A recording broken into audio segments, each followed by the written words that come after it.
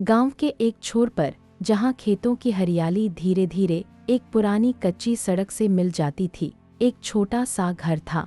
इसी घर में रहता था रवि, एक युवा किसान जिसकी दुनिया सादगी और पसीने से सिंचित थी। उसकी सुबह सूरज की पहली किरण के साथ शुरू होती और शाम ढलते सूरज की गोधूली बेला में अपने खेतों से लौटते हुए खत्म होती। रवि का जीवन भले ही साधारण था, पर उसके इरादे अटूट थे। उसकी प्रेरणा उसकी प्यारी पत्नी प्रिया और उसकी बूढ़ी माँ लक्ष्मी देवी थीं। वे उसके जीवन के वे स्तंभ थे जिन पर वह अपना हर सुख दुख टिकाए रखता था।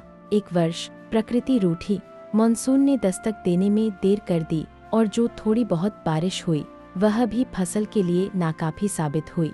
रवि की उम्मीदें जो हरे भरे खेतों में पनप रही थीं, इस सूखे के कारण मिट्टी में मिल गईं।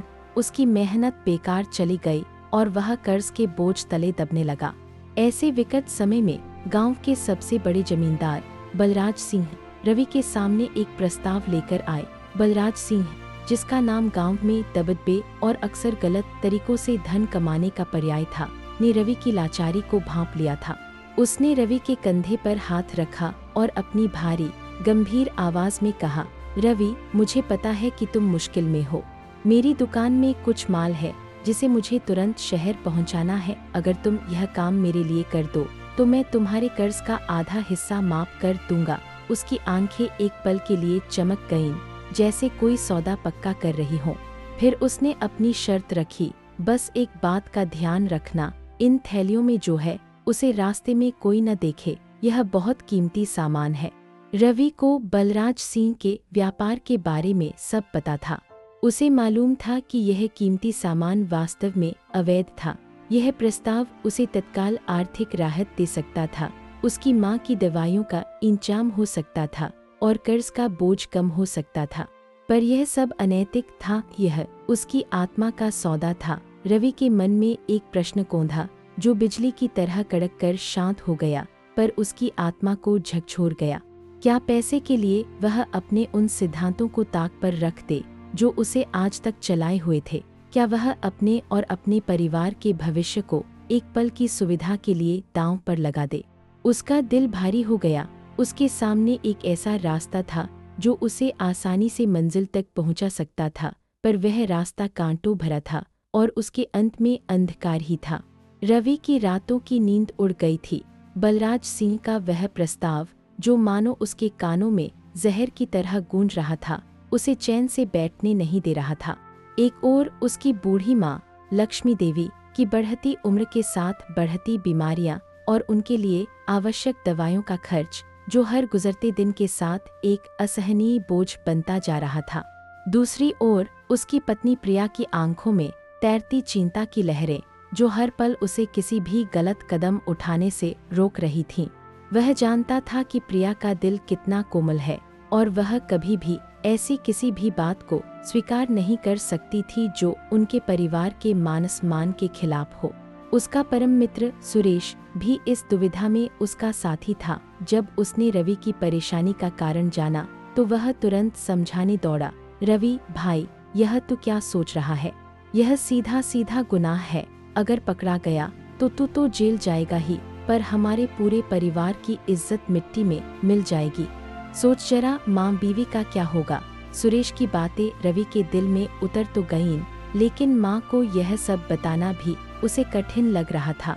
वह अपनी माँ के कोमल हृदय को किसी भी प्रकार का आघात पहुँचाना नहीं चाहता था। वह अक्सर अपनी माँ को सत्संग के किस्से सुनाते हुए सुनता था, जहाँ सत्य और ईमानदारी की जीत की गाथाएं सुनाई जाती थी। क्या उसकी माँ, जो हमेशा उसे धर्म और न्याय का पाठ पढ़ाती थी, उसे इस अनैतिक रास्ते पर जाने की इजाजत दे सकती थी? एक शाम जब रवि हताश होकर बलराज सिंह से मिलने के लिए निकल ही रहा था, उसकी नजरें सड़क के किनारे खेल रहे बच्चों पर पड़ी। उसने देखा कि बलराज सिंह का छोटा बेटा, जो शहर के ऊंचे मोहल्ले का था, अपने महंगे खिलौनों के साथ खेल रहा था।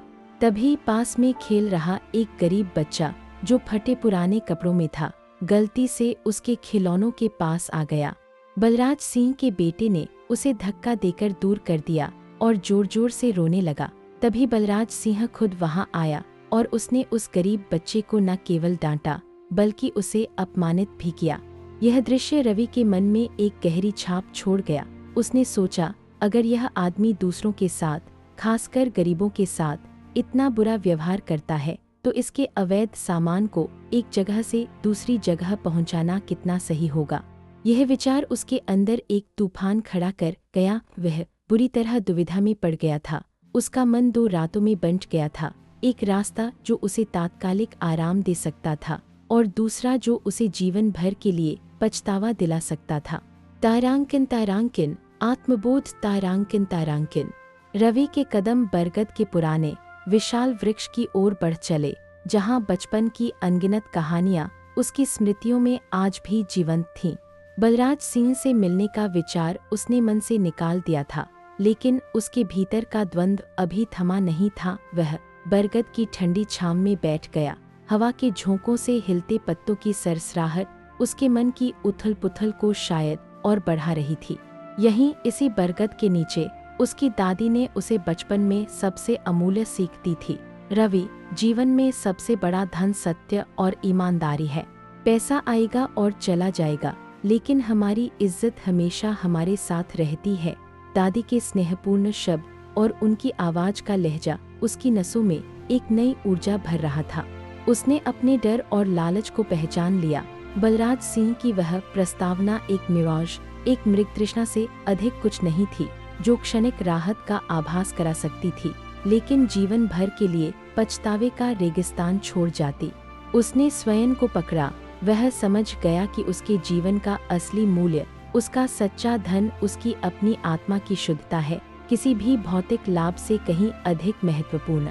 उसने फैसला किया, चाहे राह कितनी भी कठिन क्यों न हो, वह गलत रास्ते पर कदम नहीं रखेगा। प्रिया उसके पास आई। उसके चेहरे पर चिंता थी, लेकिन आंखों में वही अटूट विश्वास जो रवि को हमेशा हिम्मत देता था।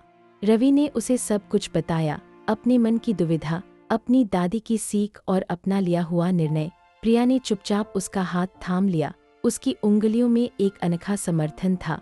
मैं जानती थी कि तुम सही फैसला लोगे रवि। हम मिलकर इस मुश्किल का सामना करेंगे। घर लौटकर उसने अपनी माँ लक्ष्मी देवी को भी यह बात बताई। माँ के कोमल हृदय को ठेस पहुँचाने का डर अब खत्म हो गया था। लक्ष्मी देवी ने अपने बेटे का चेहरा देखा। उसमें दृढ़ता और सच्चाई की चमक थी। उन्होंने अपना आशीर्वाद देते हुए कहा, मुझे अपने बेटे पर गर्व है। सच का रास्ता कभी आसान नहीं होता, लेकिन अंत में वही जीत दिलाता है। माँ के शब्द रवि के लिए किसी कवच से कम नहीं थे।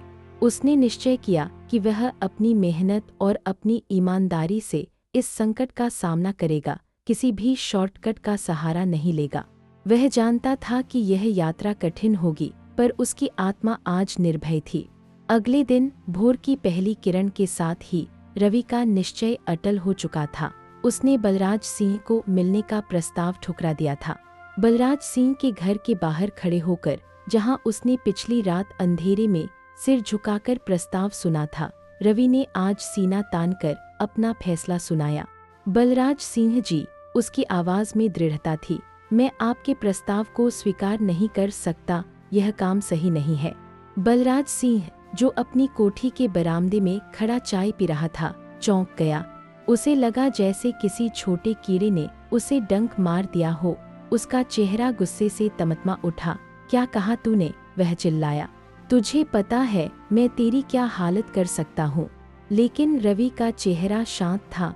उसकी आंखों में न डर था न लालच।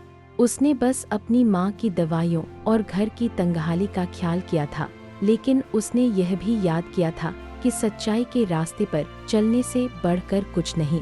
मुझे पता है बलराज सिंह जी, रवि ने शांत स्वर में कहा, पर मैं अपनी आत्मा को नहीं बेच सकता। मैं गलत काम करके अपने परिवार का नाम मिट्टी में नहीं मिला सकता। वहाँ कुछ गांव वाले भी मौजूद थे जो बलराज सिंह की कोठी की ओर से जा रहे थे। उन्होंने रवि की बात सुनी और उसकी हिम्मत को दाद दी। एक बूढ़े किसान ने फुसफुसाकर कहा, इस लड़के में दम है। बलराज सिंह जैसे दबंग से ऐसे कहना आसान नहीं।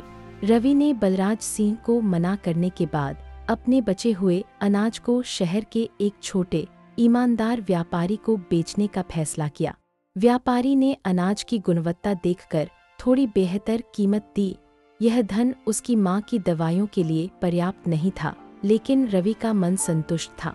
उसने इसे अपनी मेहनत और सच्चाई से कमाया था। धीरे धीरे गांव में रवि की ईमानदारी और उसके चरित्र की चर्चा होने लगी। जब अगली फसल अच्छी हुई तो कई लोगों ने रवि की आर्थिक तंगी को समझा और उसकी मदद की। वे न केवल उसे अनाज खरीदने में मदद करते, बल्कि उसे काम में भी हाथ बंटाते। रवि की स्थिति में धीरे धीरे सुधार होने लगा। बलराज सिंह भी रवि के इस अडिग निश्चय से अप्रत्यक्ष रूप से प्रभावित हुआ। उसने देखा कि ईमानदारी से भी लोग उसे सम्मान देते हैं और उसकी वजह से उसे कुछ कठिनाइयों का सामना भी करना पड़ा। उसने अपने तौर तरीकों में थोड़ा बदलाव लाने की सोची, यद्यपि वह पूरी तरह से नहीं बदला।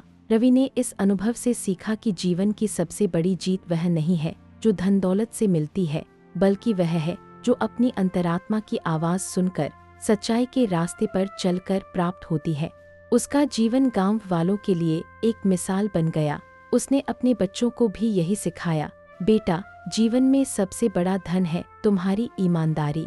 यह कभी तुम्हारा साथ नहीं छोड़ेगी और इसी से तुम्हें सच्ची संपन्नता और सुख मिलेगा। उसकी बातें बच्चों के मनों में गहराई तक बस गईं और उन्होंने भी सत्य और धर्म के मार्ग पर चलने का संकल्प लिया।